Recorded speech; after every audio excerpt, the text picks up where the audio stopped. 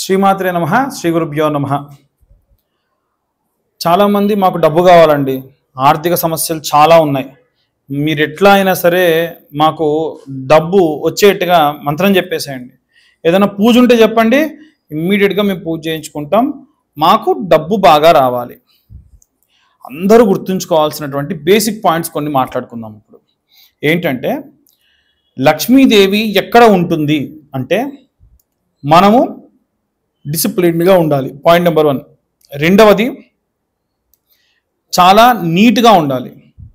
డబ్బులు దాచేటువంటి ఇల్లు కానీ డబ్బులు దాచేటువంటి చోటు కానీ చాలా ప్రశాంతంగా నీట్గా ఉండాలి. చాలామంది డబ్బుని తీసుకుంటే ఎలా తీసుకుంటారంటే ఇలా ఫోల్డ్ చేసి జోబులో పెట్టేసుకుంటారు. అది 500 రూపాయల నోట, 100 రూపాయల నోట సంబంధం లేదు. ఇచ్చేటప్పుడు తీసి అన్ని ముడతలు పడి ఉంటాయి. ఒకవేళ కొంతమంది భోజనం చేసేసి సరిగ్గా చెయ్యి కూడా కడుక్కోరు, అలా డబ్బులు తీసేసుకుంటారు. ఇలా ఎవరైతే ప్రవర్తిస్తారో వాళ్ళు ఎన్ని కోట్లు సంపాదించినా మళ్ళీ వాళ్ళు ఆ రోజుకు వెతుక్కోవాల్సిందే. కాబట్టి లక్ష్మీదేవి నిలకడగా మన దగ్గర ఉండాలి అనంటే అమ్మవారికి కావాల్సింది ఏంటంటే ఇంటికి ఒంటికి సువాసన రావాలి, ఇల్లు ఎప్పుడు కూడా పరిశుభ్రంగా ఉండాలి. వీలైనంత వరకు కూడా ఇల్లు చూస్తే ఒక స్టోర్ రూమ్ లాగా కాకుండా ఇల్లంతా కూడా నీట్గా ఉండాలి. మంచి మాటలు ఇంట్లో వినిపించాలి. అమ్మవారికి సంబంధించినటువంటి ఆరాధన చాలా బాగా జరగాలి. అనవసరంగా ఇంట్లో ఉన్నటువంటి ఆడవాళ్ళని తిట్టకూడదు, అనవసరంగా పిల్లల్ని కొట్టకూడదు, మనకున్న బయట ఉన్నటువంటి కోపం అంతా తీసుకెళ్ళి ఇంట్లో ఉన్న ఆడవాళ్ళ మీద చూపించకూడదు. ఎక్కడన్నా దైవికమైనటువంటి కార్యక్రమాలు జరుగుతున్నాయి అనంటే ఎవరన్నా మీ ఇంట్లో వాళ్ళు వెళ్తున్నాము అంటే వెళ్ళనివ్వాలి. వీలైతే దాంట్లో పాల్గొంటా అంటే పాల్గొనివ్వాలి. ఎందుకు మొన్నే వెళ్ళాంగా మళ్ళా పుట్టినరోజుకి వెళ్దాంలే గుడికి, లేదండి కుంకుమార్చన జరుగుతుంది, ఒక్క 51 రూపాయలు ఇవ్వండి, 51 రూపాయలే కదా, ఎందుకు అనవసరంగా డబ్బులు ఖర్చు అనే వాళ్ళని నేను చాలామందిని చూశాను. పాపం అలా ఇష్టం ఉండి పూజకు వచ్చి ఏమైందమ్మా పూజకు కూర్చోమంటే 51 రూపాయలండి మా ఆయన ఇవ్వలేదంటే, పర్లేదు తల్లి డబ్బులు అవసరం లేదు, కుంకుమార్చకు కూర్చోవాలి, ఇంతమంది సంఖ్య కావాలి నాకని చెప్పి నేనే కూర్చోబెట్టా. వాస్తవంగా సంఖ్య ఏం లేదు, ఆ అమ్మాయి పాపం ఎంతో ఇష్టం, అమ్మవారికి ఎంతో సేవ చేసింది, మరి అలాంటి అమ్మాయి పూజకు కూర్చోవాలా వద్దా? కాబట్టి వీలైనంత వరకు కూడా మన ధార్మికమైనటువంటి కార్యక్రమాలకు మనం పెద్దపీట వేయాలి. అనవసరమైనటువంటి లౌకికమైనటువంటి వాటి జోలికి వెళ్లకుండా డబ్బు ఖర్చు చేస్తున్నాము అంటే మన ధర్మానికి ఖర్చు పెట్టాలి. మనం ధర్మానికి డబ్బు ఖర్చు పెడితే మన ధర్మం నిలబడుతుంది. అది కూడా ఎంతండి, అర్చనకి 21 రూపాయి, కుంకుమార్చనకి 51 రూపాయి, అభిషేకానికి 100-200 ఉంటుంది. ఏవైనా పెద్ద పెద్ద శాంతులు ఉన్నాయి, మీ జాతకం అంతా కూడా చాలా దారుణాలు జరుగుతున్నాయి అంటే ఆ శాంతిలో కూడా 10 మంది అర్చకులు వస్తారు, వాళ్ళందరి జపాలకి పూజా సామాగ్రికి వాడి ఖర్చు అవుతుంది. కాబట్టి లక్ష్మీదేవి నిలకడగా ఉండాలి అనంటే ఖర్చు పెట్టేటువంటి వాటికి కూడా దేనికి ఖర్చు పెడుతున్నాం అనేది ముఖ్యం. ముఖ్యంగా మంగళవారం కానీ శుక్రవారం కానీ డబ్బు అనవసరంగా ఎవరికి ఖర్చు పెట్టద్దు.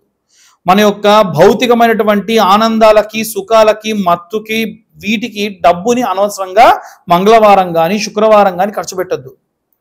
ఎవరికన్నా అప్పు తీర్చాలంటే మంగళవారం కానీ శుక్రవారం కానీ అప్పు తీర్చేయండి. మీ కింద పనిచేసే వాళ్ళకి జీతం ఇవ్వాలంటే మంగళవారం కానీ శుక్రవారం కానీ ఇచ్చేసేయండి. ఎందుకంటే మంగళవారం మారు కోరుతుంది అంటారు.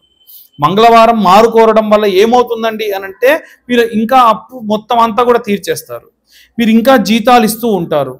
అలా వీలైనంత వరకు కూడా ఒక 5 శుక్రవారాల పాటు లేదా ఒక 11 శుక్రవారాల పాటు లేదా ఒక సంవత్సరంలో ఉన్న అన్ని శుక్రవారాలు ఒక సంవత్సరం పాటు నేను అమ్మవారికి ఆరాధన చేస్తా ఎవరైనా అనుకుంటే నేను ఇప్పుడు చెప్పే రెమెడీ చేయండి, చాలా మంచిది. ఏమిటది అనంటే చిన్న గౌరమ్మని చేసుకొని శుక్రవారం నాడు మీకు బయట కుబేర కుంకుమ అని దొరుకుతుంది.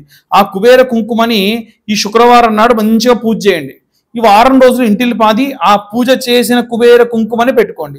ఈ కుంకుమార్చన చేసేటప్పుడు మంత్రం అండి అయ్యగారు ఎవరు లేరంటే ఏం అవసరం లేదు, మీ పేరు, మీ గోత్రము, మీ ఇంటి పేరు, మీ పేరు మీరే అనుకోండి.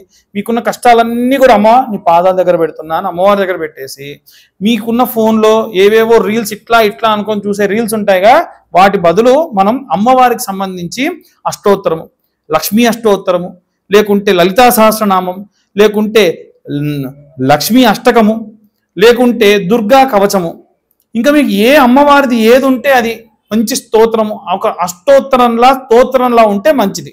ఇప్పుడు నమస్తేస్తు మహామాయే శ్రీపీఠేశ్వర పూజితే శంఖ చక్ర గదాహస్తే మహాలక్ష్మీర్ నమోస్తుతే ఇలాంటి మంత్రాలు ఉంటాయి, అవి పెట్టుకోండి.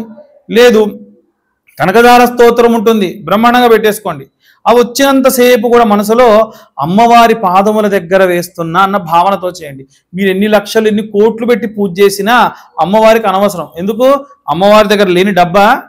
అమ్మవారు నువ్వు పూజ చేసేటువంటి ఆ 1000 రూపాయలు, 1,00,000 రూపాయలు, 1,00,00,000 రూపాయలు అమ్మవారికి ఎందుకు? మరి అమ్మవారికి ఏం కావాలో తెలుసా? అమ్మవారికి మీ యొక్క శక్తి కాదు కావాల్సింది, మీ భక్తి. మీరెంత శ్రద్ధగా ఎంత భక్తిగా పూజ చేస్తున్నారు అనేది ముఖ్యం.